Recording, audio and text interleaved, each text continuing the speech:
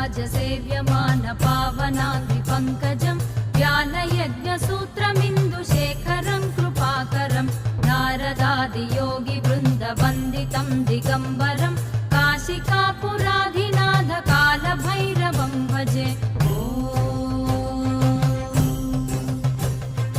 भानुकोटिभास्वरं भवाब्धितारकं परं नीलकण्ठमीप्सितार्धदायकं त्रिलोचनं कालकालमम्बुजाक्षमक्षशूलमक्षरं काशिकापुराधिनाथ कालभैरवं भजे।